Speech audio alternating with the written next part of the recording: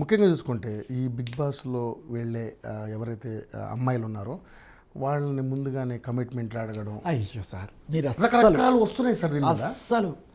అస్సలు అంటే నేను ఇప్పటిదాకా చూసిన బిగ్ బాస్ వాళ్ళ ట్రీట్మెంట్ అవన్నీ కూడా ఇవన్నీ కథలు సార్. ఇప్పుడు మీరు ఏదైతే అన్నారో కథలేనంటారా?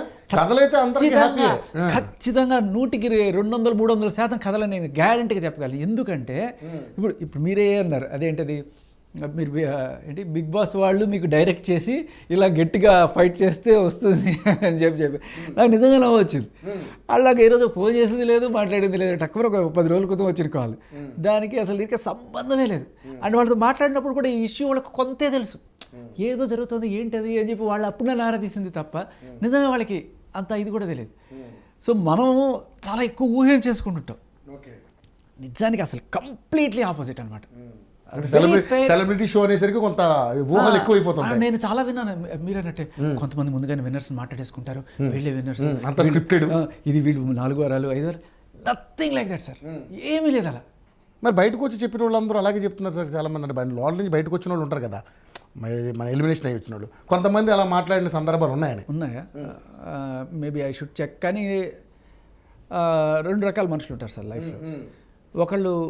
ఒకళ్ళ ఫెయిల్యూర్కి నా ఫెయిల్యూర్ అయ్యింది అనుకోండి, దానికి నేనే రెస్పాన్సిబిలిటీ తీసుకోవడం, నా సక్సెస్కి నేనే రెస్పాన్సిబిలిటీ తీసుకోవడం. కొంతమంది వాళ్ళ సక్సెస్ని సపోర్టర్స్కి లేకపోతే ఫ్యామిలీ మెంబర్స్కి, వైఫ్కి ఇలా అంకితం చేసేవాళ్ళు ఉంటారు.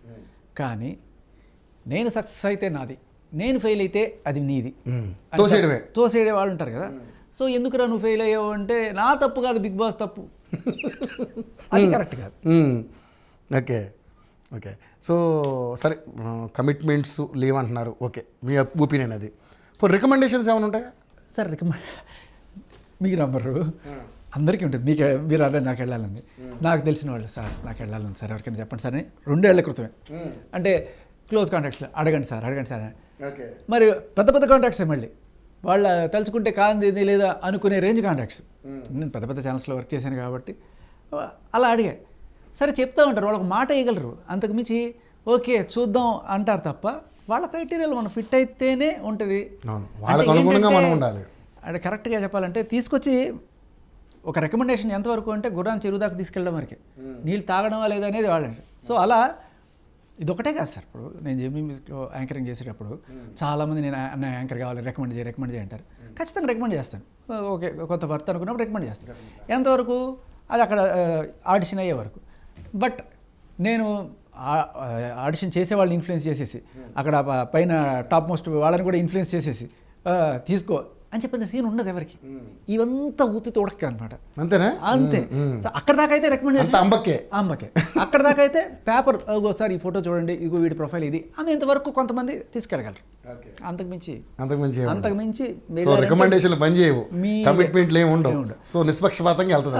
ఒక మహా అయితే ఎంత మ్యాక్సిమం ఒక ఇంటర్వ్యూ వరకు పెట్టించగలరేమో, అది కూడా డౌటే. ఎందుకంటే నేను అడిగినప్పుడు నాకు ఇంటర్వ్యూ కూడా పెట్టించలేకపోయారు.